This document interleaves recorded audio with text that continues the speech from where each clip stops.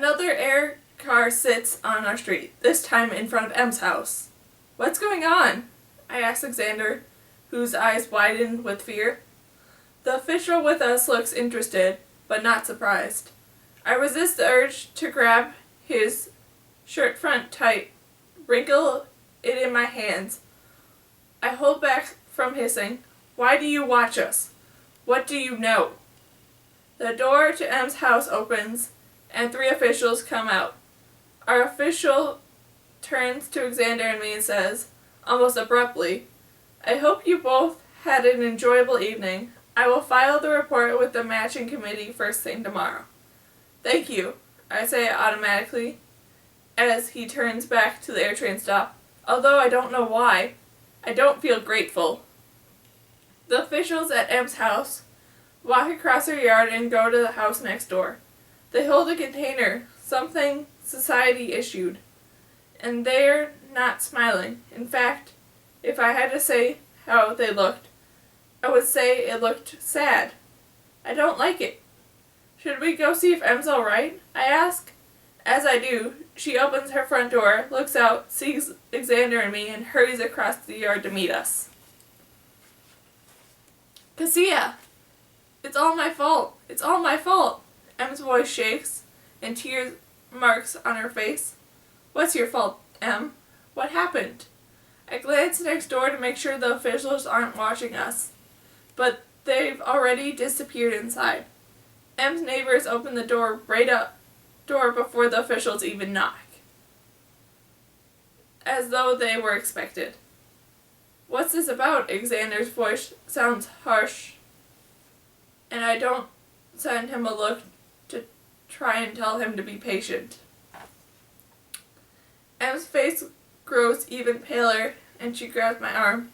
Her voice is hushed. The officials, they're collecting all the artifacts. What? M's lips tremble.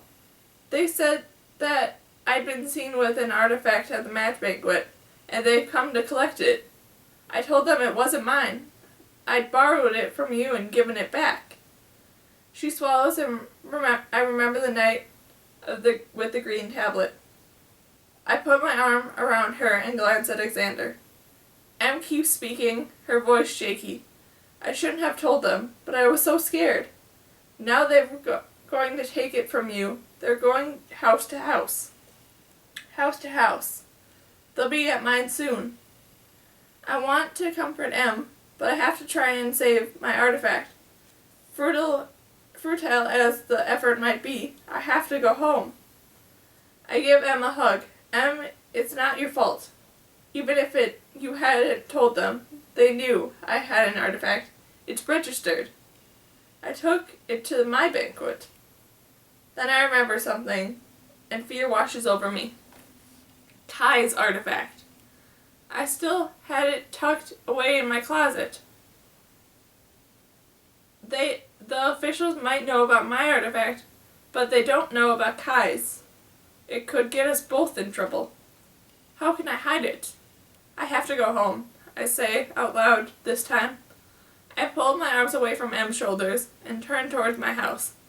How long do I have before the officials get there? 5 minutes? 10? Em starts crying harder, but I don't have time to reassure her again. I walk as quickly as I can without drawing attention. A few steps later, and Alexander is right next to me, linking his arm in mine, as if we have been on a normal outing and they're on our way home. Cassia, he says. I don't look at him. I can't stop thinking about all that I could be lost in a few short moments. Kai is already an aberration. If they find out he has an artifact, will he become an abnormality? I could cover up for him. I could say it was mine. I found it when I was hiking in the woods. Would they believe me? Cassia, Alexander says again. I can hide it for you. Say you've lost it. Make the story convincing. I can't let you do that for me. You can. I'll wait for you outside while you grab the compact. It's small enough to fit in your hand, right? I nod. When you come back out, Act like you're crazy about me. Like you hate saying goodbye. Throw your arms around me. Drop it in my shirt. I'll take care of it after that. I've never seen this side of Xander before, I think, and then I instantly realized that I have. When he plays the games, he's like this, cool and calm, full of strategy and daring. And in the games, at least, his risk almost always pays off. Xander, this isn't a game. I know that. His face looks grim. I'll be careful. Are you sure? I shouldn't let him do this. It's weak to consider it, but still. He can take my compact from me. He would save it for me. He would risk this for me. I'm sure. Once I close the front door behind me, I run down the hall to my room as fast as I can. No one from my family sees me, for which I am grateful. With shaking hands, I tear open my closet door and push the sets of plain clothes along the rack until I find a pair where I've hidden Kai's artifact inside my pocket. I open the brown paper bag envelope and tip it so the arrow in the case slides out. I shove the envelope back in my pocket and I grab my compact from the shelf and look at the two items in my hand. Golden and beautiful. In spite of myself, I'm tempted to give Xander my compact instead of Kai's spinning arrow, but I put my compact into my bed and close my hands over Kai's artifact. Saving my compact would be selfish. It would only save a thing. Saving Kai's artifact saves both of us from questioning, and him from becoming an anomaly. And how can I let them take the last piece of his old life? This is for Xander too. They don't know Kai's artifact exists, so hopefully they wouldn't miss it. My compact will be accounted for and taken always as expected, so they won't look for it or wonder if I've given it to someone else. I run back down the hall and open the front door. Xander, wait! I call out to him, trying to make my noise light. Aren't you going to kiss me goodnight? Xander turns, his face opens and natural. I don't think anyone could see the glint of cunning in his eyes, but I know him so well. I skip down the steps and hold him out his arm to me. We embrace, his hands at the small of my back and my arms around his neck. I place my hand just under his collar of his plain clothes. Open my fingers, the artifact slides down his back, and my palm lies flat against his warm skin. We look at each other straight in the eyes for a moment, and then I lean close to his ear. Don't open it, I whisper to Xander. Don't keep it in your house. Bury it or hide it somewhere. It's not what you think. Xander nods.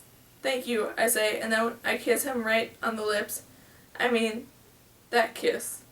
Even though I know I'm falling for Kai, it is impossible not to love Xander for everything he is and everything he does. Cassia, Bram calls from the steps.